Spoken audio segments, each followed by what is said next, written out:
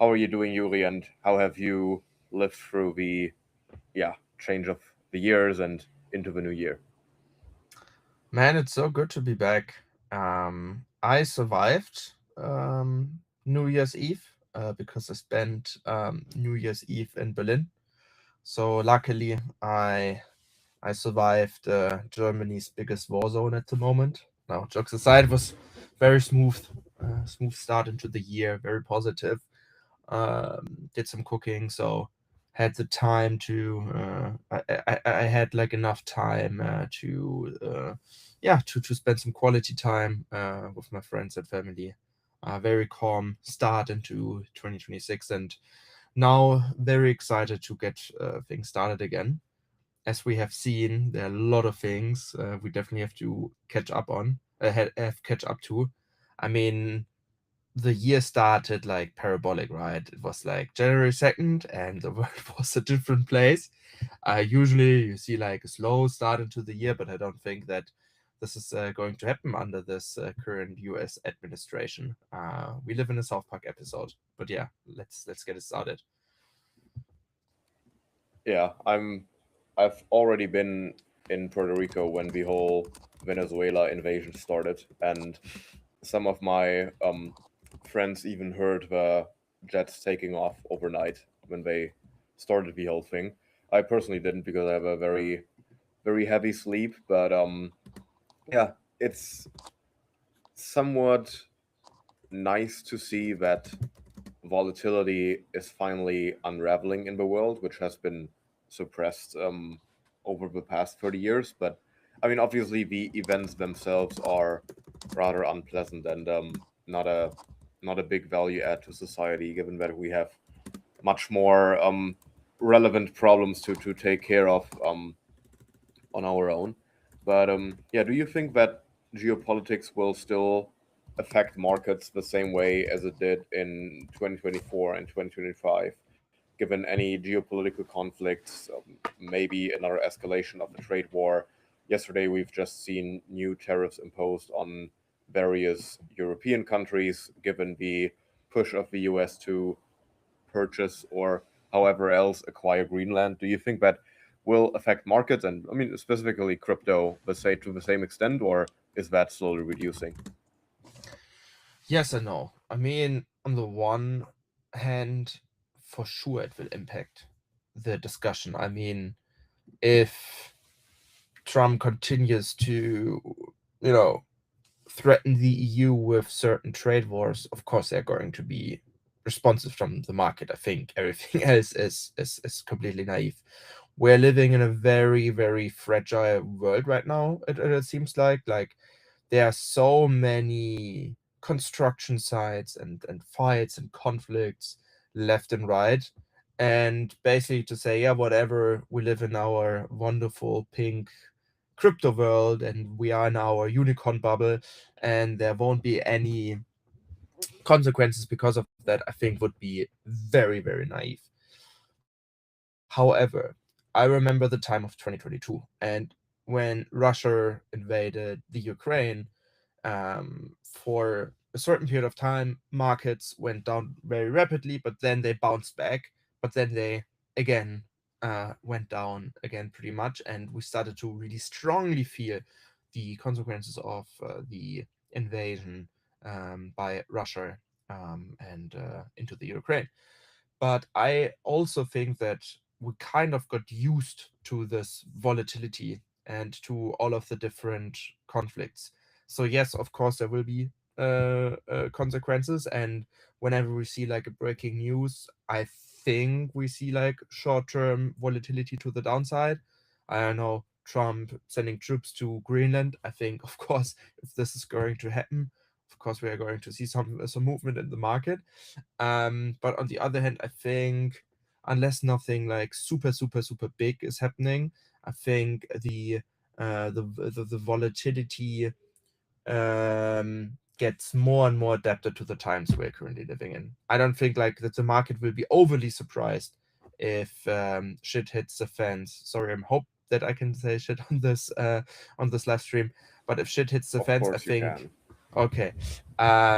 Just for the algo. But yeah, I think I think we live in the world that reacts a little bit more calmly to shit hitting the fence because we just got used to all of the crazy stuff that is happening left and right. What do you think? Yeah, I agree with pretty much everything you said there. I think you hinted at an important distinction between stuff that we've gotten used to, specifically the US now being more explicit towards their geopolitical enemies and the enemies of the so-called Western world at large. If there's another strike happening against Iran, especially in the wake of the protests going on there, or let's say if something happens with Syria again, or like in the entire Middle East, or maybe another military operation in Venezuela, I do not think that markets would overly fear any consequences because it doesn't materially change the world order, the order of geopolitics that we are in right now. It might accelerate certain trends of change that we are witnessing right now, but it is not a 0 to 1 event. It does not like introduce a completely new primitive. If, however, something happens towards countries that until now are perceived as allies, or at least maybe not to the intensity as before, given what we've also seen last year at the Munich Security Conference and the whole, yeah, let's say, critique of NATO and the lack of EU spending and the entire trade war. If that is now targeting former allies or still allies to some extent of the United States, I definitely think that this could unsettle markets because that would be a new conflict introduced that is happening and playing out between nations in the Western world. And the markets, the companies that majorly influence the markets, specifically stock markets in the US as well as Europe, are still mostly interdependent on fruitful relations between the United States and Europe and their respective consumer bases and companies when it comes to B2B focused firms. And if that get disrupted, we could really see a lot of tumultuous behavior, to put it that way. I mean, two things.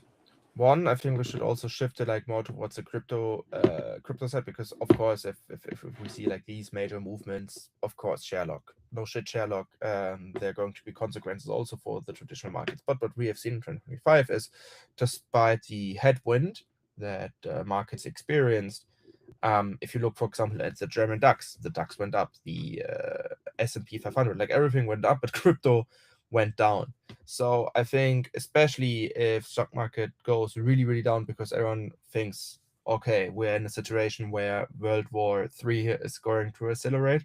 Obviously, I think this will have like also consequences at the stock market, like severe ones, but then also crypto is getting strongly, strongly impacted. At least this is what it looks like. But let's shift maybe the discussion to, okay, but what does it mean for crypto? Do you think that this trend will just continue? That people basically say, okay, well, there are like two sides of this story, so to say. Of course, hey, I'm not too worried to hold, I don't know, Apple stocks or Google stocks or the S&P 500 in these times because let Trump or the EU or Putin do whatever they want. Let them do whatever they want, because at the end of the day, people will still buy the new iPhone. But you know what? Crypto is a different thing. In these times, people will still buy the iPhone, but nobody cares about Solana. Nobody is using these technologies that much, um, because people don't see it as a necessity.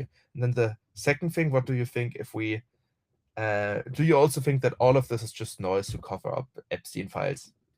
I think that's the true thing because year started Epstein files, and then Venezuela, Greenland, Iran. Well, maybe to start with the second question, I'm actually only, I think it's 30 or 40 miles off of Epstein Island. Basically, if you look this way, there are the U.S. Virgin Islands, and Little St. James is pretty close to that. Um, I unfortunately do not have a boat to like go there and see what's going on there. Maybe we find the answer to all of these questions buried there in some lonely sheet of paper still flying around on the island. But um, to stay a little more serious, but I'm not sure. I think if we look at 2025 and what we've witnessed throughout 2025, like a very clear acceleration of an unraveling world order where the US hegemony not only gets questioned by rising powers, but also by the United States itself, because there is a growing awareness that it is pretty much unmanageable to take care of domestic issues within the US when it comes to affordability, when it comes to education, when it comes to immigration, all of the things that are sparking controversy in the domestic political scene there, and as well dominating the world order, playing world police, etc. And the I would call it pretentiousness of the West of the past 30 years, where we have hailed ourselves as the unequivocally morally good actor in the world, that is also coming to an end. Um, in our introductory episode of the entire Odyssey podcast, Owner and I talked about some trends defining this decade. And one of my highest conviction picks was definitely that the era of globalization and the global kumbaya that has lasted from 1990 until 2020, and which really was a unique phenomenon if you look at the entirety of world history. Um, Even if you just include the Western world in that, that has come to an end with 2020, and we now have to reshuffle the cards to adapt the economy, geopolitical relations, strategic alliances to accommodate to a changing world order that is happening through technology, that is happening through media, that is happening through demographics, and that is also happening through the shift of financial power and financial infrastructure. And if you look at all of these trends, the logical conclusion would have been crypto should have massively outperformed in 2025. Maybe not so much infrastructure altcoins, but especially Bitcoin and ETH and Solana, because these give you ownership, these give you agency in the infrastructure where you can build a less trust based financial infrastructure for the time ahead. And this didn't happen.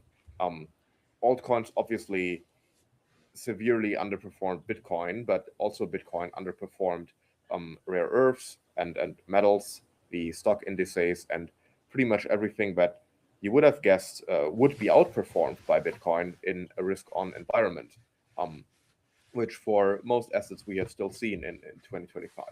So the question remains, will that trend continue in 2026? Um, might sound a little bit naive, but I would say that, yeah, again, this time is different and the trend will not continue. I mean, to be frank, if we were to say the trends will just continue into infinity, why even stay in this industry at all? If we just acknowledge, okay, Bitcoin is now, in our view, suddenly also a failed experiment, even though nothing has materially changed between now and a few years ago, where we had said the complete opposite. And let's just pivot to gold and let's just pivot to silver and maybe put a little bit into the stock indices, even though they're all sitting at all-time highs or close by that. Um, I think that would be a very like bad timing for that pivot. I still don't see why Bitcoin would continue to underperform in the mid to long run, especially given that Bitcoin performance is much less tied to consumer sentiment now, given that it's much more of an institutional asset. I also think that it will revive the narrative of being a geopolitical asset. It is, besides gold, the only asset you can hold without being at risk of like seizures or like some other nation state confiscating your asset. We have seen that in 2022 with the breakout of the Russia-Ukraine conflict, or at least the like renewed heat in this conflict and escalation, where for the first time, I think since World War II, the assets of a significant nation, which Russia still is in a geopolitical context, have been seized by another one. um, I personally had a few people in my friend circle whose family's assets got seized in that entire operation, and who moved some of their liquid holdings that they were still able to access in the unfolding of that process into crypto. And I do think this will continue. Um, we might see a little more of a gold focus by the BRICS nations and by the global south and by the global east, whereas the global west, I think, will logically conclude to focus more on Bitcoin. I would still say that the current United States administration is, at least in principle, aligned with Bitcoin. The alignment with the broader crypto industry is a different discussion. Also, if you look at the new uncertainty introduced in the crypto market structure bill that we've seen over the past couple of days. But gun to my head, if I had to make a guess, will Bitcoin outperform gold, and will Bitcoin outperform the S&P and the Nasdaq? I would bet on yes. This is not a bet I would take at 90-10 odds or something crazy like that, but it's more 55-45. It is more a 60-40 bet. Um, I can look up the poly markets while you're giving your opinion, but gun to my head, Yeah, I do think there's going to be outperformance. yeah. I mean, I could imagine it under certain circumstances, of course. So right now, I would say, I would actually say that the would say it's 50-50, because again, it strongly depends on what's happening outside of the financial markets. If we continue like that, so if things further accelerate with regards to geopolitical pressure, I'm pretty much convinced that there won't be any major moves that any digital asset is making, maybe except one or two exceptions. Um, but yeah, if we, I think if we basically repeat the sentiment of 2025, where we get used to this volatility and where there's a lot of noise but not much movement, if that makes sense, then I would echo it and would say, okay, there's a 60 to 70% chance that Bitcoin and the big dogs, Sol, ETH, and so on and so forth, will outperform the S&P, gold, etc., etc. Then I think yes, that's there's a high likelihood, and yeah, I think yeah, it pretty much matches my sentiment as well. Yeah, 52% chance. Yeah, Owner and I, we briefly covered that market, I think last week or 2 weeks ago. Um, I wouldn't bet on this favoring Bitcoin because I dislike gold, but I just think that Bitcoin is still easier to move. I still think that if you just look at the liquidity, not even the physical ability to move it, I still believe in the Bitcoin to gold catch up trade over the next 10 to 15 years to be most of the, yeah, to be one of the most compelling ratios that is out there in the overall macro landscape. So might not materialize this year. I think these odds are fairly priced. I would probably put them more towards 55 to 60%. Obviously, given that Bitcoin is much more volatile than gold, these perceived odds can drastically change. I mean, we just saw, if you look at the market, at the right hand tail of the graph, given that we just saw a downturn of Bitcoin yesterday that was pretty sharp, odds already dropped from around 56 or 55 to 52%. So I wouldn't interpret too much into this market in the short run. Obviously, if we see a huge Bitcoin bear candle down to the 70s or 60s, while gold is just continuously ripping upwards, that of course signals that these odds should drop, and that is a fair repricing of the market. But other than that, I think it's somewhat fairly priced. Maybe I'll reprice it a little bit to the upside. There's another one where it is first to 5K gold or ETH, and that is now heavily in favor of gold with 86%. And I would align with the sentiment of this market quite a bit. I find it easier going into 26 to have a decent or high conviction on Bitcoin rather than on Ethereum and Solana. Um, There are too many if question we, marks. There are just yeah, too many what ifs. also in terms of the valuation metrics, if we continue the trend of 2025, where we shift more towards using TradFi established valuation metrics for crypto, there is simply no way to sustain the current valuations of Ethereum and Solana. There's no way to justify that just looking at cash flows.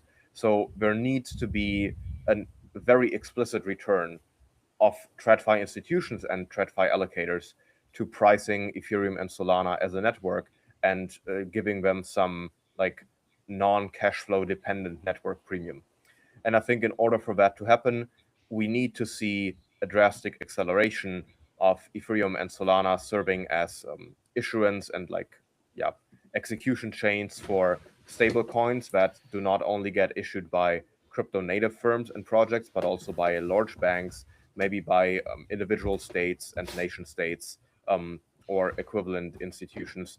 We also need to see a very stark uptrend to continue when it comes to tokenized equities.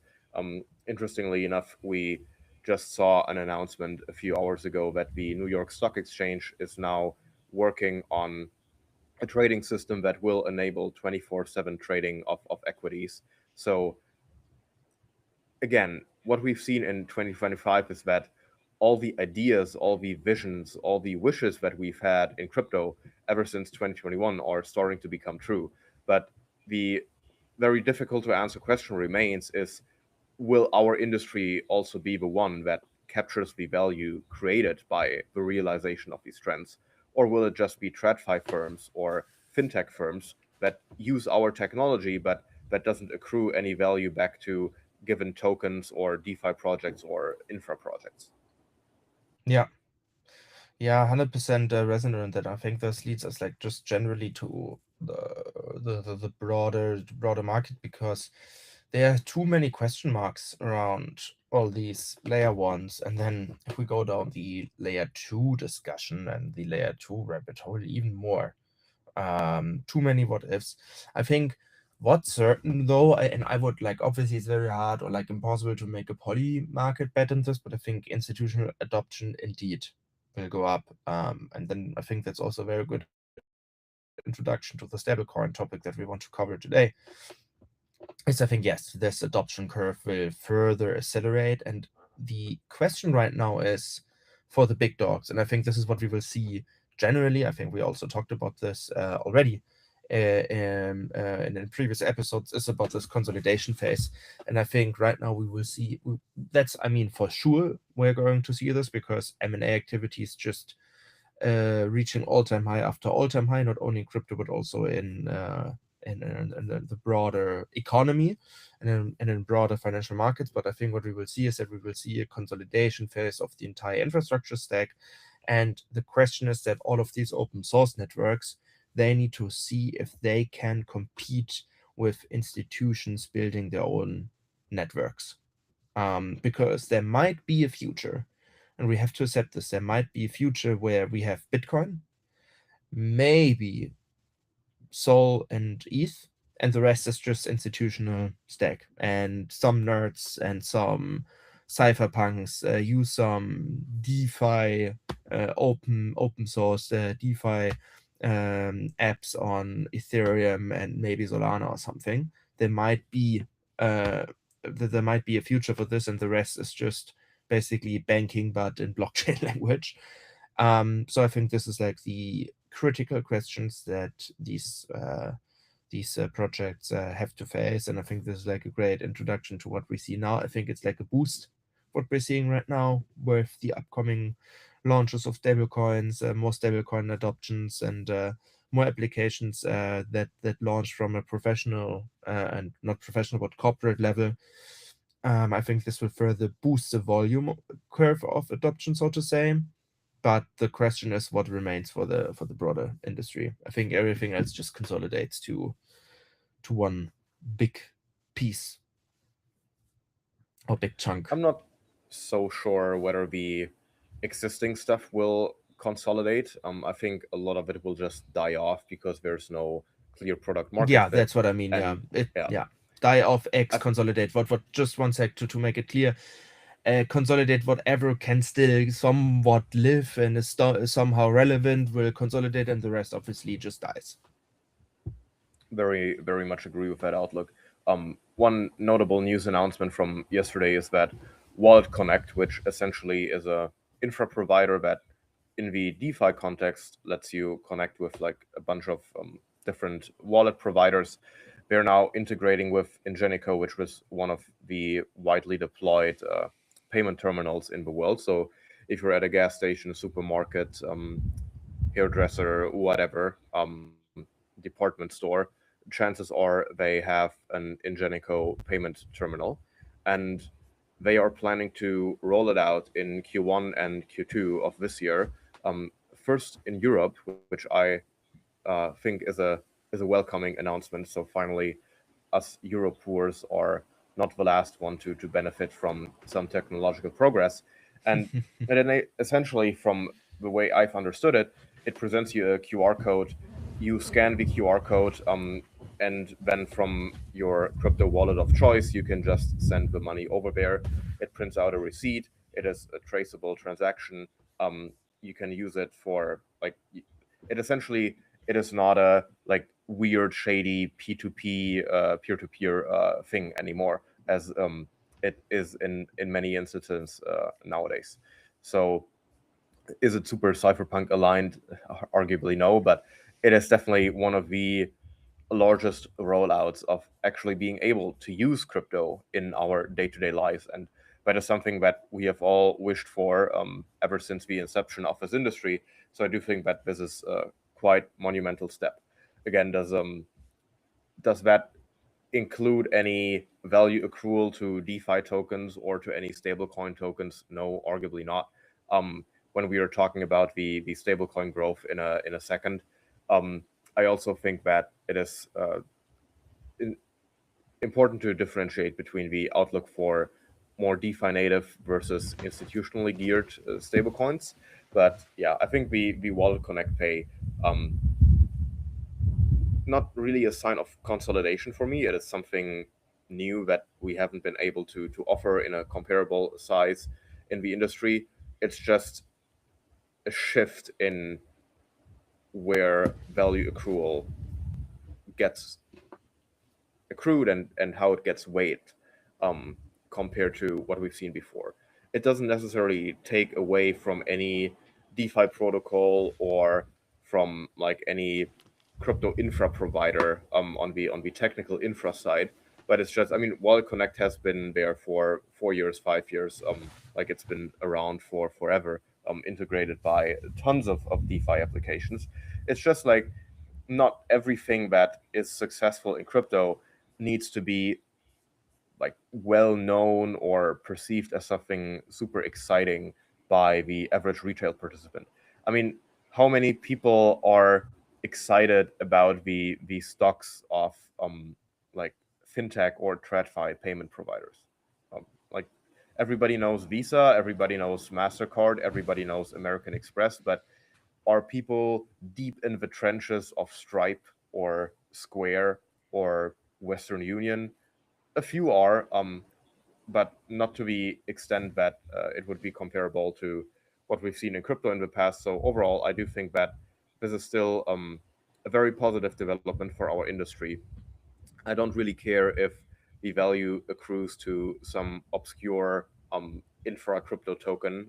If like an integration like that gets closed, if there are not even any shareholder rights established, if there's no securitization framework, so like the benefit would still be pretty much up in the skies and an unanswered question. Yeah. Yeah, I mean, on the other hand, you have to say that the adoption or like the adoption of Stripe is on a whole different level. Like every online service, like every online shop works with Stripe at the end of the day. So this is like a lot of room to catch up on for the industry still, just to make that case clear. But yeah, I agree that this is a massive step, a very important step into the right direction. But yeah, the question is like how many users Wallet Connect can attract on their own, like people, like from what end, from in what way whatsoever, like either it's via B2B or via it's B2C. Yeah, we will see if that plays out, but they also need to like bring a customer base to these platforms, right? Because if I mean, yeah, maybe there's a Wallet Connect logo and I see it, but if nobody really is using it and stick to MasterCard, Stripe, and whatever, then yeah, it's a nice to have, but there also needs to be like true usage um, of the application, right? And this is like what, and I think that's like generally a meta that I'm really dying for to see in crypto is this true fee generation, like not the Fugazi wash trading fee generation, but this true fee generation of people actually generating network fees because they want to do something productive with your application. And I think, yeah, stablecoins obviously is the most obvious bet on that. Yeah, I really think that this is one of these types of announcements where there is no reason to doubt the value proposition or the actual utility stemming from it, um, compared to what we've seen over the past 2 years being built and being announced, particularly looking at meme coins, Launchpads, etc. Um, I think from a business point of view, there is a strong incentive to push solutions like Wallet Connect because the value proposition of that integration is basically that if you're paying with a credit card today, Visa, MasterCard, American Express, there's usually a 2 to 3% fee that these payment providers are taking. I could imagine that for large retailers, they are able to negotiate lower fees. It probably hurts low margin small businesses like a cafe, like a family owned restaurant, much more than it hurts a Walmart. But obviously, looking at the absolute amount of money a Walmart could save with probably far above 100 billion in revenue and purchases by consumers every single year. Um, like that, if that's 2 to 3%, if you make 100 billion in revenue, that's 2 to 3 billion you could save. Obviously, you will not save 100%, but let's say Wallet Connect takes 0.5% in fees instead, or 0.1% in fees instead.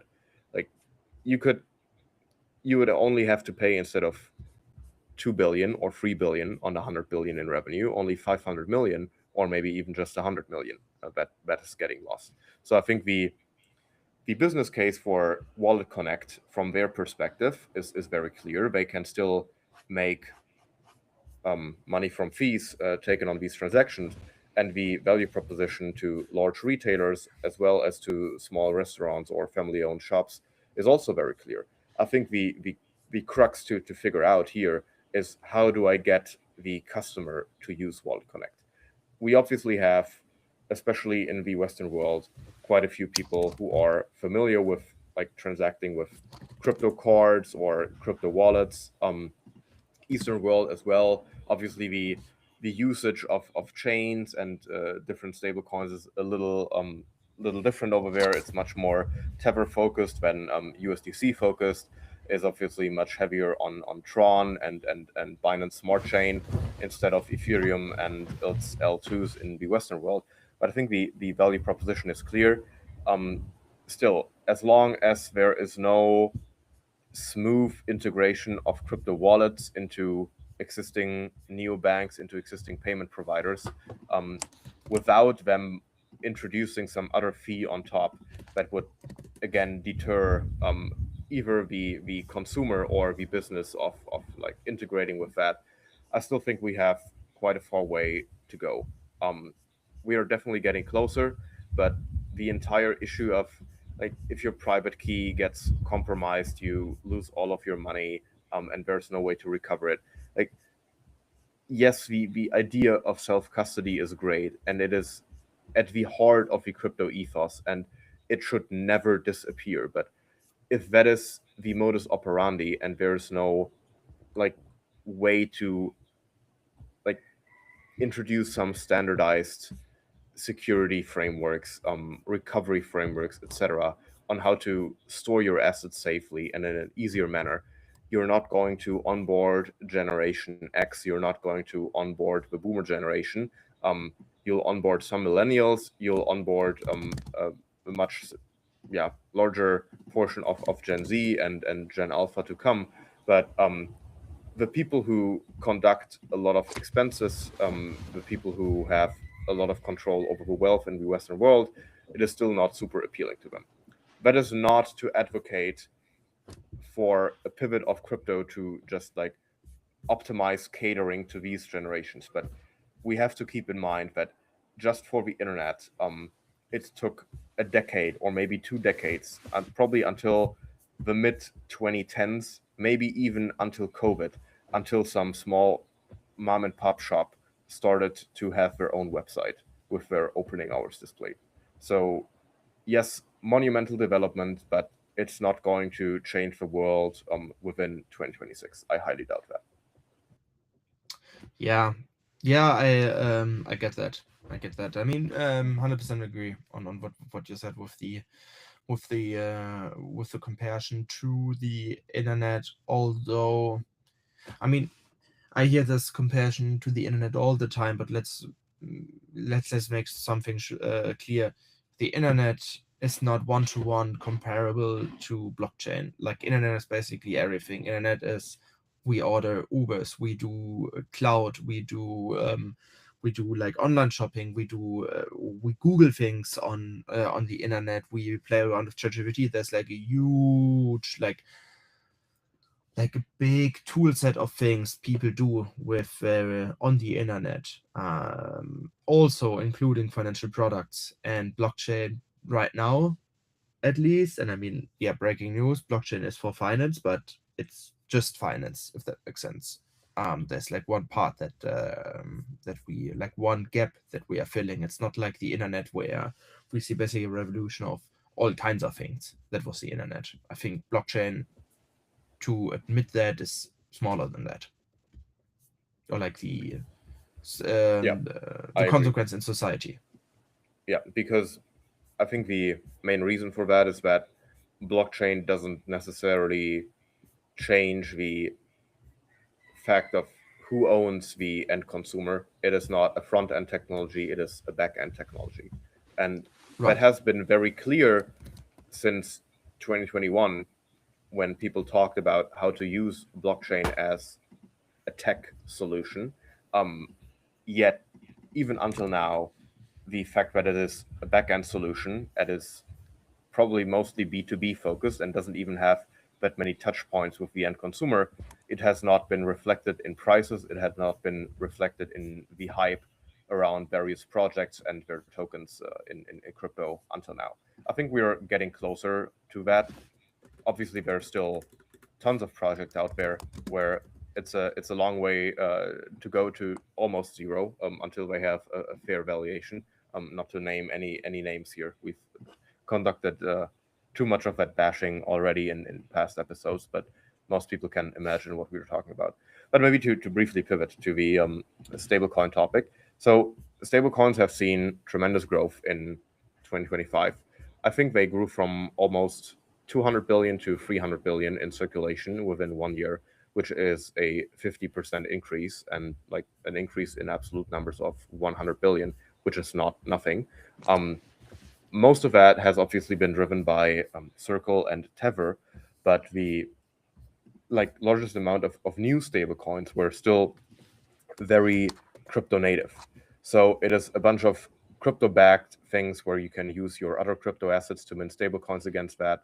Um, there's a lot of tokenized um, delta neutral trades, which is Ethena and these alike. Then you have a bunch of, let's say, crypto or DeFi native hedge funds, or at least yeah, some with unrestricted choice of strategies, some with a very low risk profile, and they tokenize their base asset into a stable coin. And we have seen, I think it was 88 new stable coins being launched in 2025. I personally do not think that we will see as many, at least not as many that people will recognize and that will take off in 2026. Um, I also think that while DeFi native stablecoins is not a winner takes all and also not a winner takes most market, it is a market that is applicable maybe for 10 to 20 true stablecoins.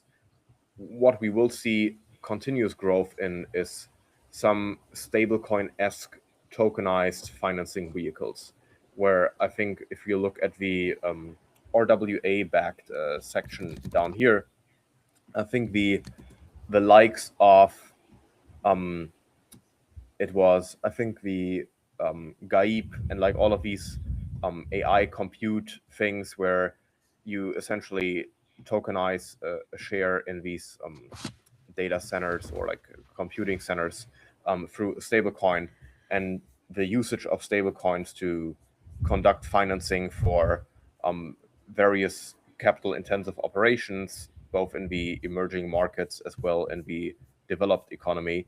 I think that will continue. If you look at large scale energy projects, if you look at large scale infrastructure projects, which we need much more of in the AI dominated and AI driven economy, I think this will continue. I think stablecoins are a very suitable um, yeah instrument for that because it also gives access to retail. But yeah, I think the like rehypothecated for the third time DeFi stablecoin.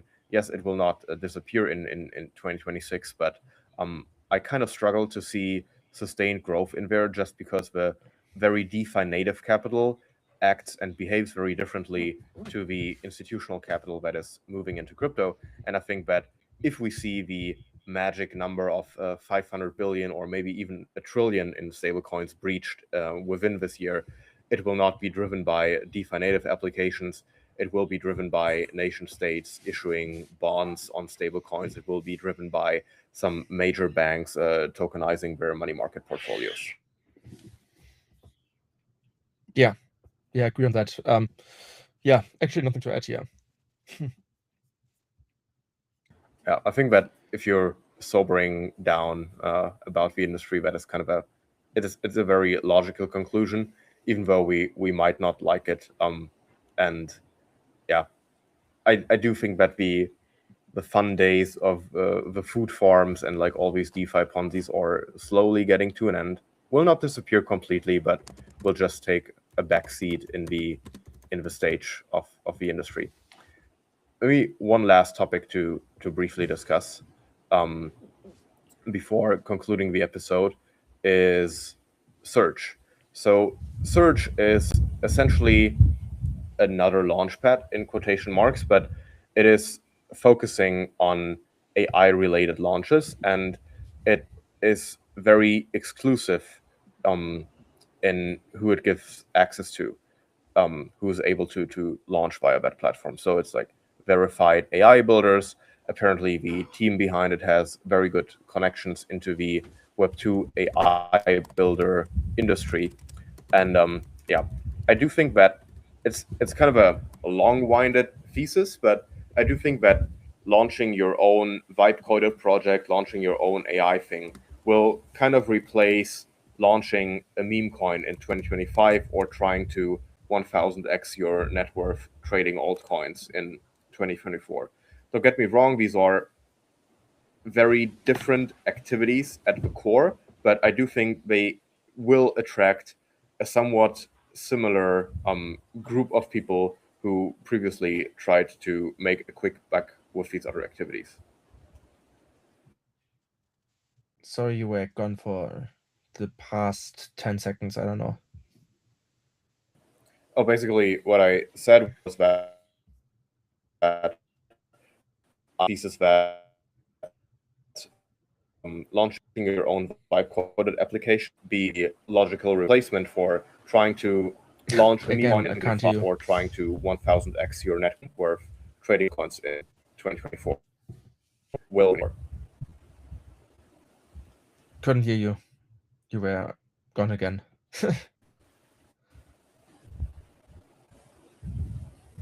Now I can hear you. you're a little bit like Great. your camera is So a little bit blurred, so and your voice will like interrupt. Like maybe try to ask a question without the camera on for the last 1 to 2 minutes. I think that would make it easier, I guess. yeah, so what do you think about the launching your vibe coded application using a meme coin or trading altcoins that we have seen before? Yeah, could be a matter for this year. Could be totally plausible, especially because we have seen how quickly, for example, also prediction markets took off. And in the year before, we saw the meme coin phenomenon. And yeah, could be that this is another thing. Um, Even though, yeah, I would I would put this more towards meme coin department and not compare too much with prediction markets.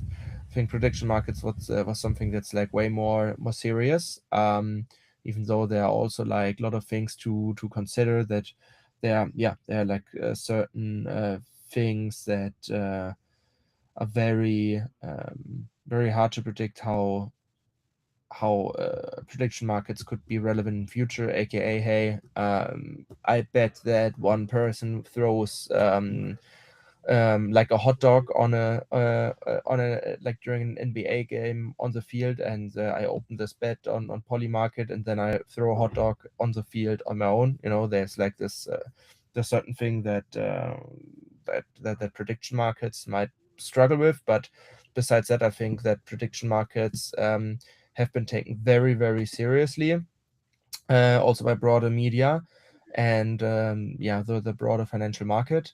But I don't see that this is going to happen here the same way. I think could be a trend, yes, for 2025, but to be honest, not a big believer of that. And also coding, yeah, could be a solid run.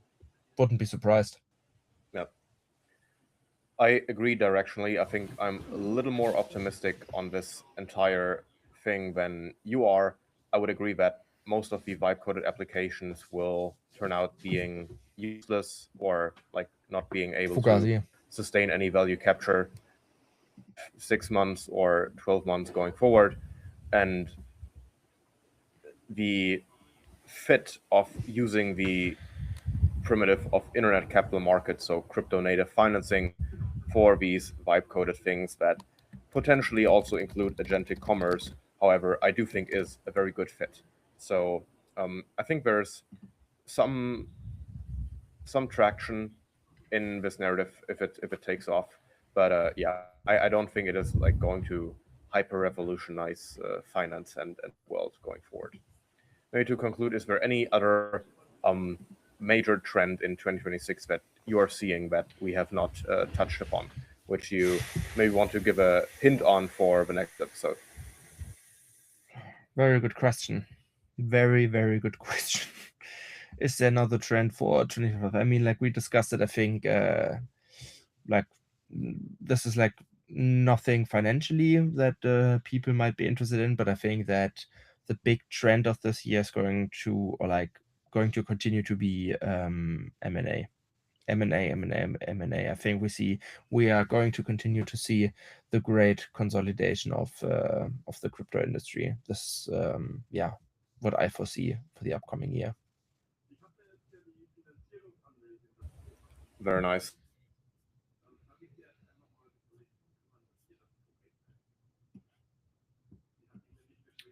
Can you hear me? You're gone again, Max.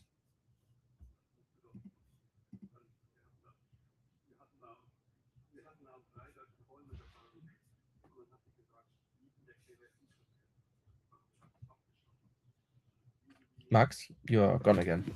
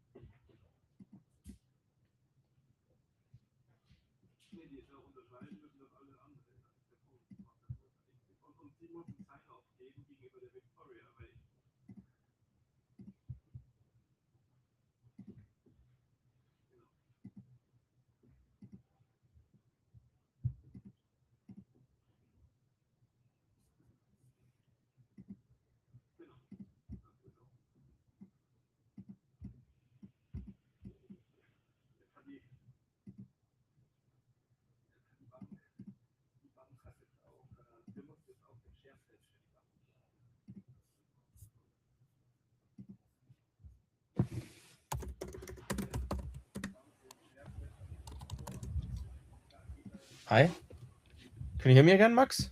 Ah, there you are. Yep, I can hear you again. Yeah, your internet has been a little bit weak. Yeah, it just crashed a minute ago. But yeah, I mean, we basically reached the end of the episode. The last thing I wanted to say is that I think that the trading of commodities on chain will be a big trend for 2026, where I see a lot of growth coming. I think that Ostium is an interesting project to keep an eye on there. Also, what is happening in the Hyperliquid ecosystem with HIP-free, they have integrated a bunch of TradFi assets when it comes to indices, when it comes to individual stocks. I am not exactly sure if they already offer commodities, but yeah, the entire bringing TradFi assets on chain with decent liquidity, with a good securitization, that is going to be a leading thing for this year. Amazing. Yeah, let's see what the year holds. Yep. I don't think it's gonna get boring, but was great catching up, and see you next week. See you next week.